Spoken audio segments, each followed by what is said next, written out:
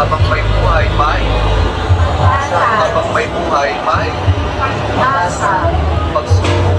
Dahil sa katiwala ng Diyos, binibigyan din niya tayo ng iba't ibang klase ng pagsubok.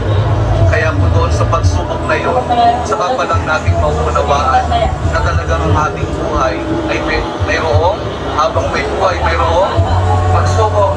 Habang may buhay may pagsubok, pagbangon.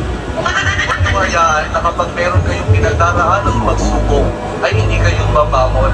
Kailangan meron tayong pagsumikap na pagtsatsagaan natin yung ating mga pagsubok na pinagdaraanan. At kapag merong pagsubok at merong pagbangon, saka pa lang natin maunawaan na talagang ang ating buhay, na habang may buhay, may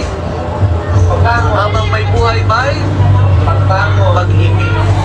Ang pag-ibig na nagmumula kay Jesus lamang.